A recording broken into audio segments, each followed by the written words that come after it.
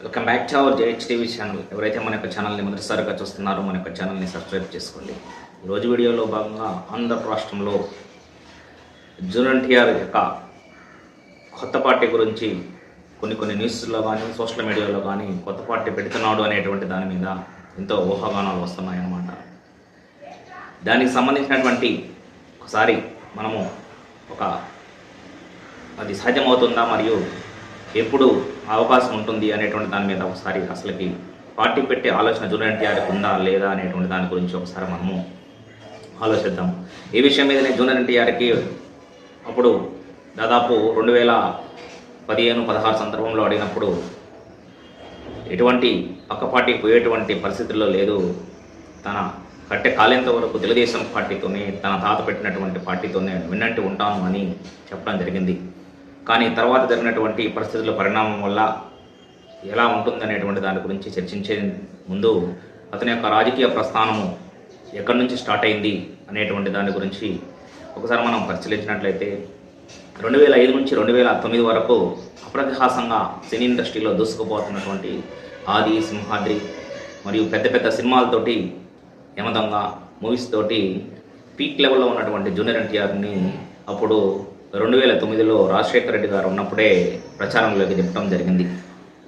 అప్పుడు 2009లో ప్రచారంలోకి దింపినప్పుడు అప్పుడు చిన్న వయసు అన్నమాట, దాదాపు 29-27 సంవత్సరాల వయసులోనే అంతటి రాజకీయ ఉద్దండైనటువంటి రాజశేఖర రెడ్డి మీదనే విమర్శన అస్త్రాలను స్పందిస్తూ ఎదుర్కొన్నటువంటి చిన్న వయసులోనే ఎంతో పేరు తెచ్చుకున్నాడు. అటువంటి వాక్చాతుర్యం కలిగినటువంటి మరియు అంతటి చరిష్మా కలిగినటువంటి జూనియర్ ఎన్టీఆర్ అప్పుడు దాదాపు పీక్ లెవెల్లో ప్రచారం చేయడం జరిగిన తర్వాత దాదాపు 2009లో ఖమ్మంలో ప్రచారం ముగించుకొని వస్తున్నటువంటి సందర్భంలో సూర్యాపేట దగ్గర 2009 మే 27వ తారీఖున రోడ్ యాక్సిడెంట్ జరగడము, అప్పుడు అతను వీల్ చైర్కే పరిమితం కావడము, అప్పుడు దాదాపు బెడ్ మీద నుంచే ప్రచారాన్ని సాగించినటువంటి తీరు అప్పుడు ఎంతో ప్రశంసనీయానికి గురైంది అతని యొక్క ప్రచారం. ఆ తర్వాత రాజశేఖర్ రెడ్డి ప్రభుత్వం ఫామ్ చేయటము, 2009లో ముఖ్యమంత్రి పీఠం అధిరోహించటము, దాని తర్వాత జూనియర్ ఎన్టీఆర్ అంతటితో ప్రచారం ముగిసిందన్నమాట. తర్వాత వచ్చినటువంటి అప్పుడు కొన్ని పరిస్థితుల కారణాల వల్ల అప్పుడు రాజశేఖర్ రెడ్డి గారు అక్కడ మరణం సంభవించటము 2009లోనే ఒక 100 డేస్ అయిపోయిన తర్వాత దాని తర్వాత వేరే వాళ్ళు ముఖ్యమంత్రిగా రావడం జరిగింది. ఆ యొక్క పీరియడ్లో ఇంకా జూనియర్ ఎన్టీఆర్ని తెలుగుదేశం పార్టీ అప్పటి వరకు తన ప్రాణాలు తెగించి ప్రచారం చేసినటువంటి జూనియర్ ఎన్టీఆర్ని ఈ యొక్క 2009-2014 కాలంలో పట్టించుకోలేదు, అతన్ని కేర్ చేయలేదు అనేటువంటి విధానంలో కూడా జూనియర్ ఎన్టీఆర్ అప్పటి నుంచి ఈ యొక్క పార్టీకి దూరంగా ఉండటం జరుగుతుంది. అప్పట్లో పరిస్థితుల కారణంగా దాదాపు కిరణ్ కుమార్ రెడ్డి ముఖ్యమంత్రి కావడము, దాని తర్వాత బైఫర్కేషన్ జరగడము, కొణిజేరి రోసయ్య మళ్ళా ముఖ్యమంత్రి కావడము, వీటన్నింటి పరిణామాల మధ్య దాదాపు పరిస్థితులు మొత్తం మారిపోయిందనమాట. అప్పుడు 2014లో ఎన్నికలు రావడం జరిగింది. ఈ యొక్క 2014లో వచ్చినప్పుడు టీడీపీ కానీ మరియు టీడీపీ శ్రేణులు కానీ జూనియర్ ఎన్టీఆర్ని అప్రోచ్ కాలేదు, మరియు జూనియర్ ఎన్టీఆర్ కూడా సైలెంట్ వహించడం జరిగింది. అప్పుడు పార్టీలో అతన్ని నెగ్లెక్ట్ చేస్తున్నారు అనేటువంటి భావన కావచ్చు, మరియు ఇప్పుడు తన యొక్క పరిధి కాదు అనేటువంటి భావన కావచ్చు. ఏదేమైనా సరే 2014లో అతను పార్టీకి దూరంగా ఉండటం జరిగింది. తర్వాత చూసినట్లయితే 2014 నుంచి 2000 దాదాపు అప్పుడు మళ్ళా బైఫర్కేషన్ తర్వాత ఎలక్షన్స్ యొక్క క్యాంపెయినింగ్లో కానీ మరియు ప్రచారంలో కానీ ఎక్కడ కూడా ఈ యొక్క జూనియర్ ఎన్టీఆర్ ప్రచారం చేయలేదు. ప్రచారం చేయకుండానే టీడీపీ శ్రేణులు అప్పుడు యొక్క పీఠాన్ని కవిసం చేసుకోవడం జరిగింది. ఆ తర్వాత వచ్చినటువంటి ఎలక్షన్స్లో 5 సంవత్సరాల కాలం తర్వాత పరిస్థితులు పూర్తిగా తారుమారయ్యాయి అన్నమాట. అప్పుడు కూడా జూనియర్ ఎన్టీఆర్ వస్తాడు అని కూడా చాలామంది టీడీపీ శ్రేణులు కానీ నందమూరి అభిమానులు కానీ వేచి చూశారనమాట. అప్పుడు కూడా క్యాంపెయినింగ్కి రాలేదు, పాల్గొనలేదు, అతని యొక్క సినిమాలలో బిజీగా ఉండటము జరిగిందనమాట. ఈ యొక్క పరిస్థితుల మొత్తాన్ని దాని తర్వాత అవగాహన చేసుకొని తను ఇప్పుడు రాజకీయాలు అవసరం లేదు, నాకు సినిమాలే ముఖ్యం అనేటువంటి కోణంలో ఉండటం జరిగింది. అప్పుడు కూడా ఎవరు కూడా టీడీపీ వాళ్ళు కూడా అతను ఫోర్స్ చేయలేదు, ఎందుకంటే అప్పుడు అతని యొక్క అవసరం పడలేదు కాబట్టి. తర్వాత పరిస్థితులు మారిపోయాయి. దాని తర్వాత క్యాంపెయినింగ్లో 19 యొక్క క్యాంపెయినింగ్లో కూడా జూనియర్ ఎన్టీఆర్ రాలేదు. అతను కూడా పార్టీకి దూరంగా ఉండటం జరిగింది. అప్పుడు పార్టీకి దూరంగా ఉన్నటువంటి సమయంలో కూడా ఎవరు జూనియర్ ఎన్టీఆర్ని పిలవలేదు. ఆ సమయంలో కూడా కొత్తగా అప్పుడు 5 సంవత్సరాల వెంటనే మళ్ళా టీడీపీ ప్రభుత్వం పడిపోవడము, జగన్మోహన్ రెడ్డి పీఠం అధిరోహించడం అనేటువంటి పరిస్థితులు మనం చూసాము. ఆ యొక్క 5 సంవత్సరాల కాలంలో చాలా పరిస్థితులు ఎదుర్కోవడం జరిగింది. ఆ యొక్క పరిస్థితుల్లో దాదాపు టీడీపీ శ్రేణులకి దూరంగా, టీడీపీ అనే కాదు, ఆ యొక్క టీడీపీ యొక్క పార్టీకి దూరంగా, అంటే అంతర్గతంగా మనసులో ఉన్నా సరే ఒక పరిధి కాదు అని దూరంగా ఉండటం జరిగింది జూనియర్ ఎన్టీఆర్. దాని తర్వాత కాలంలో వైఎస్ జగన్మోహన్ రెడ్డి ఆధ్వర్యంలో ఏర్పడినటువంటి మంత్రులు వాళ్ళందరూ చంద్రబాబు నాయుడు మీద మరియు వాళ్ళ యొక్క పార్టీ శ్రేణుల మీద మూకుమ్మడి దాడి చేస్తూ చాలా ఇబ్బందులు గురి చేశారు. అటువంటి సందర్భంలో కూడా ఎటువంటి స్పందించకపోవడం జూనియర్ ఎన్టీఆర్ అనేటువంటిది అది అప్పుడు కూడా ఎంతో చర్చనీయాంశమైందనమాట.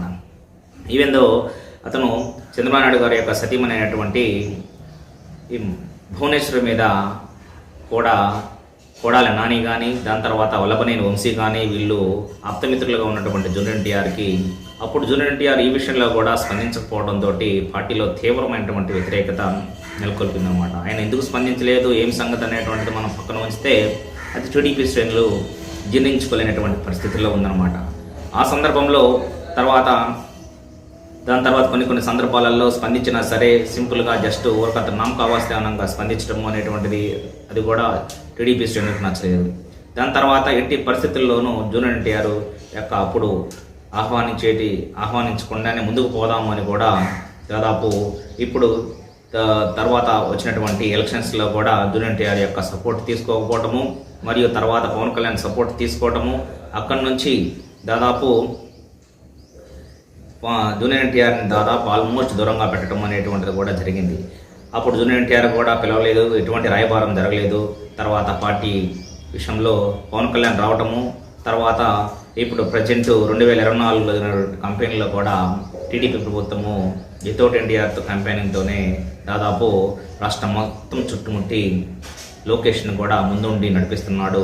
యువకాలంతో దూసుకొచ్చినటువంటి లోకేష్ ఇంకా పార్టీ పగ్గాలు లోకేష్ మరి చంద్రబాబు నాయుడు చేతుల్లో వెళ్ళిపోవడంతో ఇంకా జూనియర్ ఎన్టీఆర్ కూడా పూర్తి స్థాయిలో కాముకు రావడం జరిగింది. కానీ ఈ మధ్య కాలంలో చర్చ ఏంటి అంటే జూనియర్ ఎన్టీఆర్ ఈ యొక్క మౌనానికి కారణం కొత్త పార్టీ వస్తుంది అనేటువంటి దాని మీద ఉంది కాబట్టి ఈ కొత్త పార్టీ పెడతాడా లేకపోతే ఎప్పుడు దాని యొక్క సమయం అనేటువంటిది మనం ఒకసారి పరిశీలించినట్లయితే ఇప్పుడల్లా అతను వచ్చేటువంటి పరిస్థితుల్లో లేడు.